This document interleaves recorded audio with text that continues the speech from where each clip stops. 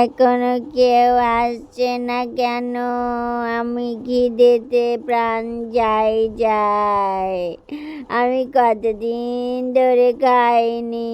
কেউ নেই রাস্তায় কেউ নেই।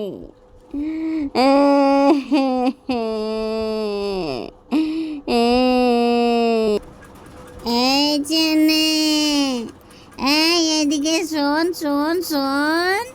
শোন বাবু, এদিকে শোন। এই ছেলে। এ মা, এটা তো পেতনি, এ তো আমাকে খেয়ে ফেলবে। যাই, মাকে গিয়ে ডেকে নিয়ে আসি তাড়াতাড়ি। এই ছেলে, শোন, যাসনি বাবু, যাসনি, শুনে যা। ওরে বাজারে, আমি কোনদিন ধরে খাইনি। আমি এবার কি করব? আমার খুব খিদে পেয়েছে। কি রে ঝন্টু, এত হাঁপাচ্ছিস কেন? কি হয়েছে? হ্যাঁ, আয় বাবু, আয় আমার কাছে আয়। বস, দিয়ে সব কথা খুলে বল। কি হয়েছে বল তো দেখি।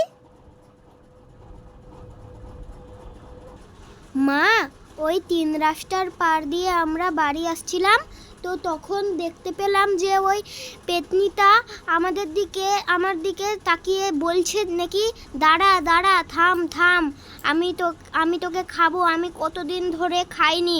কেমনভাবে বাঁচবো মা ওর কাছ থেকে? নাহলে তো ও তো আমাকে মেরেই ফেলবে।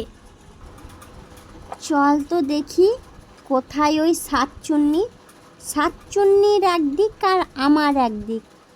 বলে কি না আমার ছেলেকে খাবে। চল দেখি, চল, দাঁড়া, ঝাঁটাটো আনি। ওই দেখো মা, ওই দেখো কেমনভাবে আমাদের দিকে তাকিয়ে আছে, দেখো।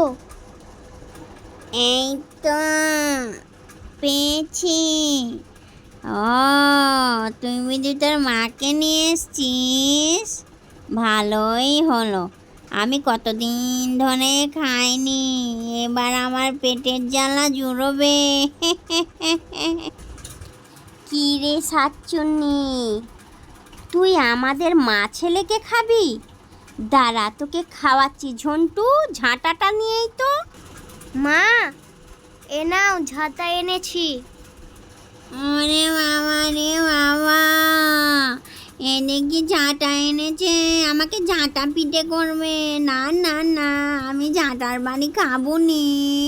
তোমাদের আর মারবো নি, আমাকে ক্ষমা করে দিও। আমি চললুম বাবু, ঝাঁটার বাড়ি খাওয়ার থেকে আমার চলে যাওয়া অনেক ভালো। দেখলি বাবা, এটাই উচিত শিক্ষা।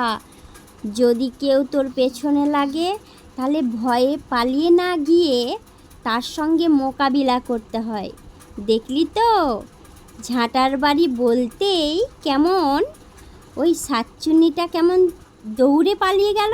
চল বাবা, এবার আমরা ঘরে ফিরে যাই। হ্যাঁ মা, চলো যাই।